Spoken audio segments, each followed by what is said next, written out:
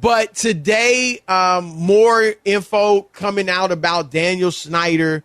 Roger Goodell got involved. So Rob G, give us the latest on what's going on with Daniel Snyder, the owner of the Washington Commanders. Sure. So the House committee hearings were today. They've been ongoing.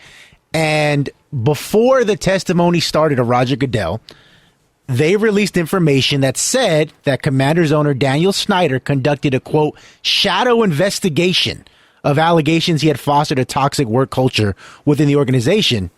And his ultimate goal was basically to discredit the people who were accusing him. So that was the big bombshell that dropped early on Wednesday morning. Of course, Roger Goodell still had to testify in those hearings later on, and he was up there for about 2 hours. Near the end of his testimony, those were the money quote. One of the people on the panel asked him if he was willing to remove Daniel Snyder as the owner of the Commanders. Here's what Goodell said, quote, "I don't have the authority to remove him, Congresswoman." Now, it should be noted he does not have the authority, but he could recommend that the owners vote on his status as an owner moving forward, and they would need 24 of 32 to vote him out for that to happen. And here's what I'm going to say, George, and thank you, Rob. If the NFL is going to be consistent, right, and we know they're going to come down on Deshaun Watson, and rightly so. I mean, assuming, that this stuff is true. And at this point, I don't know that we're going to find anything out. I don't know that we're going to find anything out whether who's right, who's wrong. It's just he said, she said. So if this remains the situation and the stuff that's alleged of Deshaun Watson's behavior is just out there, then I think he very well might get a full year suspension. And if they're going to be consistent in punishing players for this type of behavior, then they have got to do the same thing with owners. It says in their own articles, their own league constitution, that they hold owners to a higher standard than players. So if that's the case, how in the world can Daniel Snyder get away with a toxic work environment where a few women said that they have been sexually harassed hundreds of times, where he gave $1.6 million of hush money to a woman because in 2009, he was groping her. He asked her to have sex with him and tried to take off her clothes. And he gave her $1.6 million to go away. And you can't. So at the very least, Roger Goodell's right. He doesn't have the authority to remove Daniel Snyder because ultimately he works for the owners. But he's got to recommend it, George. As much as I want Deshaun Watson to, be punished for his behavior, if this stuff is true, I don't want him being punished when owners are able to get away with this type of stuff. You got to be fair. You are 100% right, Chris. 100% right. But the issue is this, is that Robert Kraft just had an incident down in Florida. No punishment there. Yep. That the people who control the money, Roger Goodell, he works for the owners. Like, it's not like he doesn't work for the players. He doesn't work for the league. He works. He is the central figurehead for the ownership. So he's in a situation to where other owners, you just had Jerry Jones get some bad press about a potential daughter in Arkansas. All of that. And remember the PR guy for the Cowboys who was filming, taking video of cheerleaders when they changed? Yep. And I have believed this from the beginning, Chris, and that I don't have any evidence for it. But this is where all of the tea leaves point to one thing, is that Daniel Snyder and the Washington Commanders, they signed a deal with the NFL that they have a common interest agreement that about this situation, that they're mutually in this on some level and that they don't want anything released. And remember, they gave an oral report of the situation. They didn't even want a written report. Correct. You're right. That tells you a lot. Yes. And that what I believe is, I believe that Daniel Snyder, that he sat in those owner meetings and that he said, oh, if you make me sell my team, I will, because remember, he's been on record saying he wants to pass it down to his kids and all of this stuff. That he will burn the whole thing down.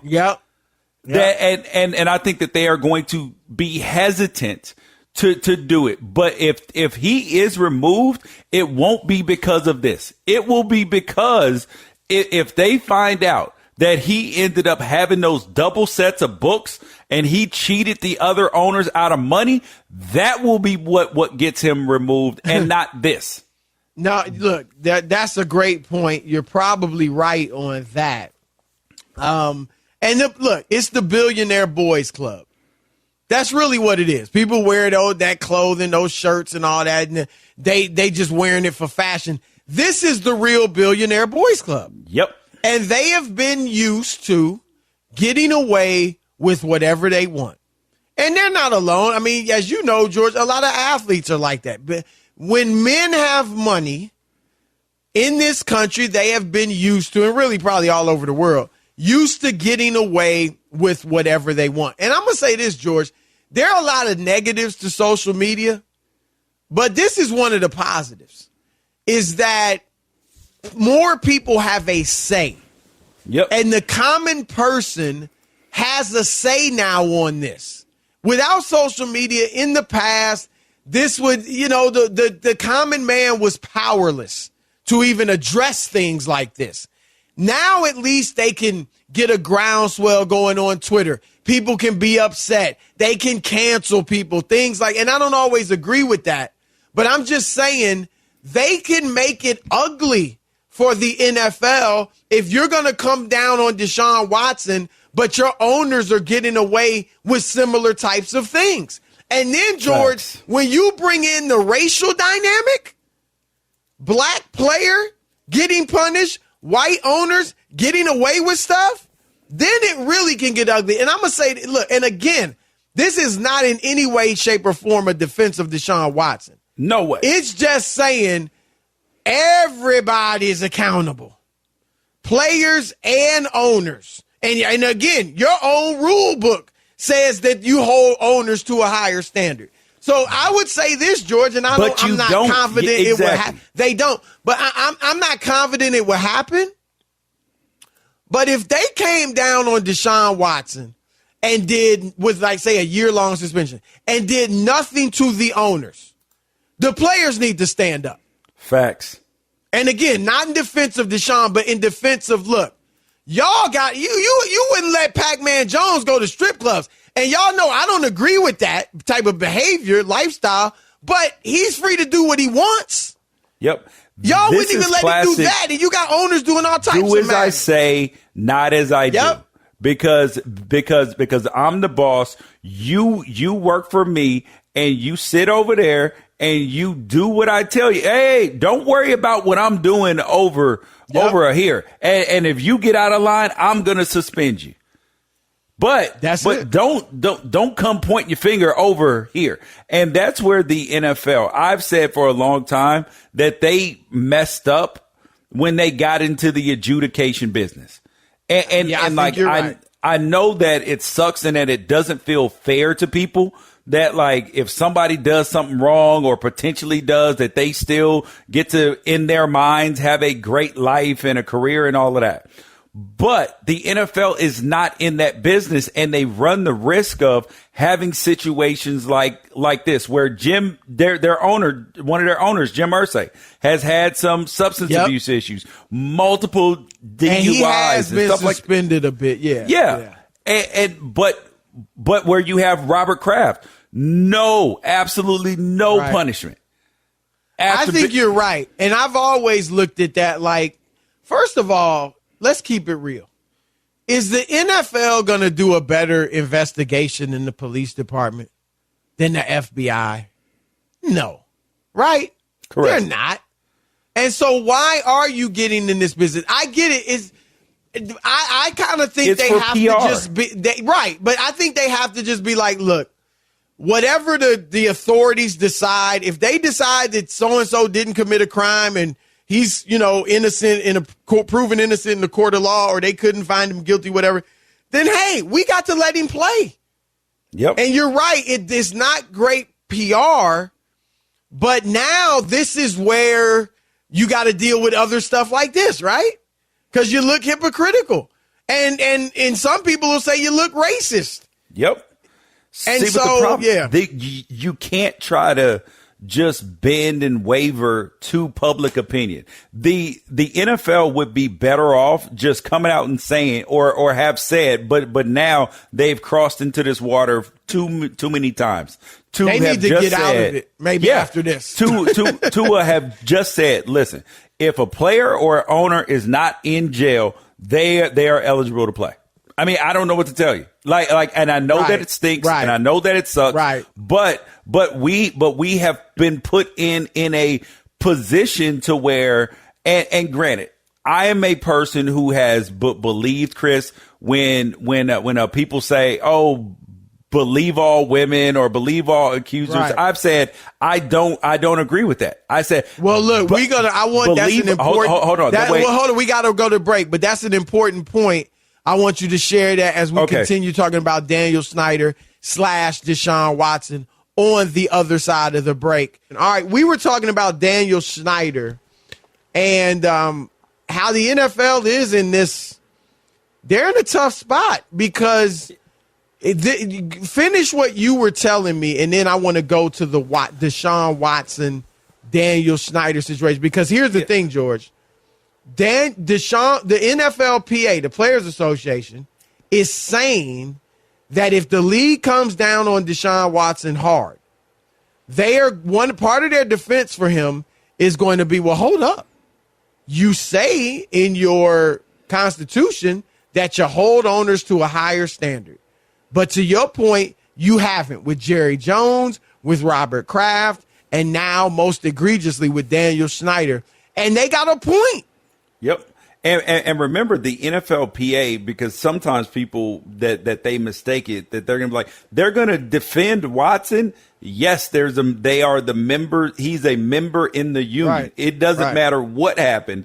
They have an obligation. They have to defend him.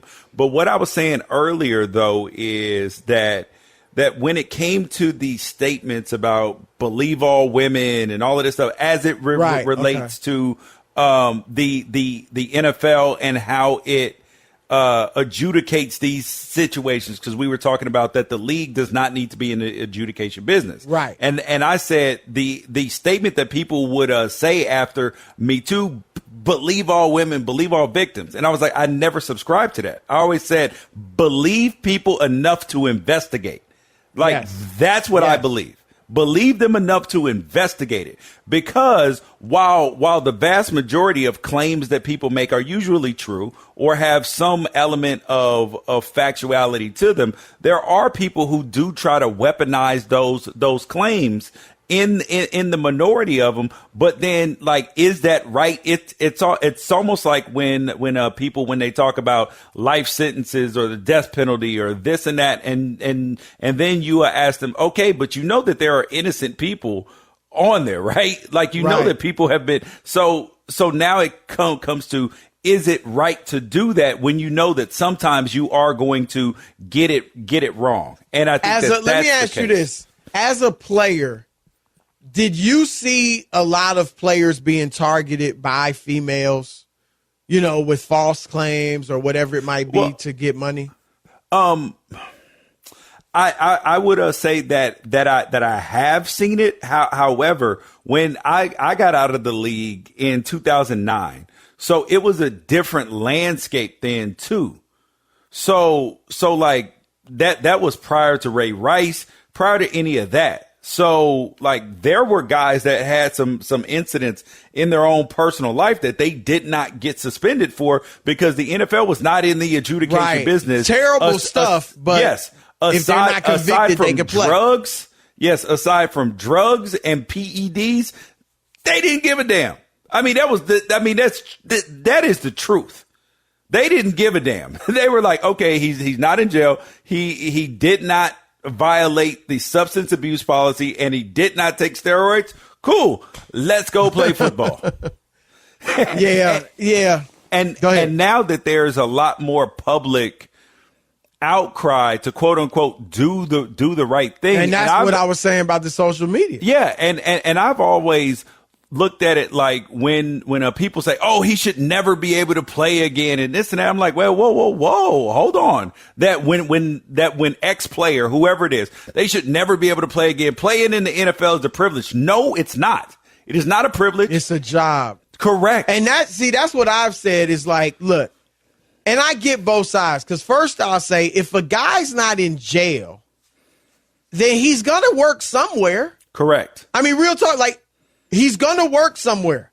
So if he's good enough to be in the NFL or the NBA, then and somebody wants to pay him, let that be his job. Now, I do get where people would say, George, yeah, but we don't want him being, made, if he's really good, we don't want him being lionized and he becomes a hero and people are cheering for him.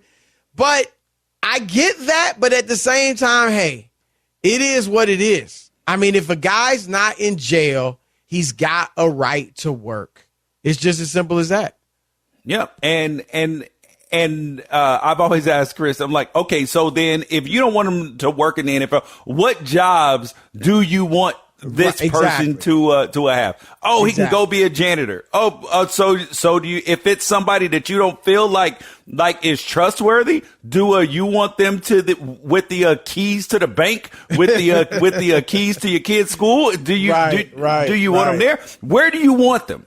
Right. Nah, look, we have a law enforcement for a reason. So no, that's a good point.